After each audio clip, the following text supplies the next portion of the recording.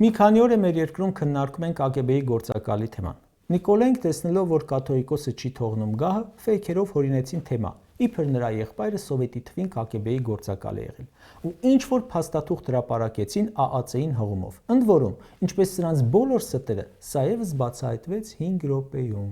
Թեև այդ սուտը բացահայտվեց, բայց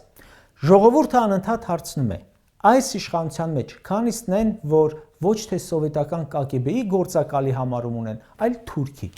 Ընդ որում, նրանցից մեկ հոգի չէ ու մեկ քայլ չէ, որ ծառայում է այլ երկրի ու հատկապես մեր թշնամու շահերին եւ նման կասկածների հարուցում։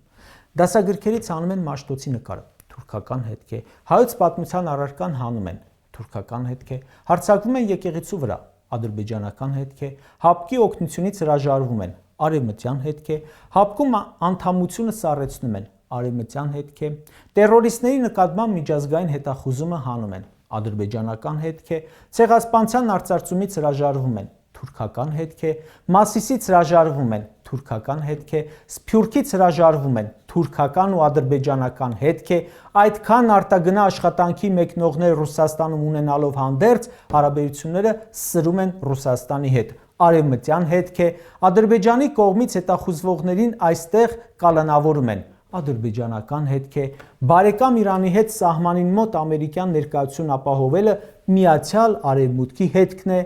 ասում են քո սահմանները, որ պաշտպանում է ռուս զինվորը, նրանց հանեք, արևմտյան հետք է,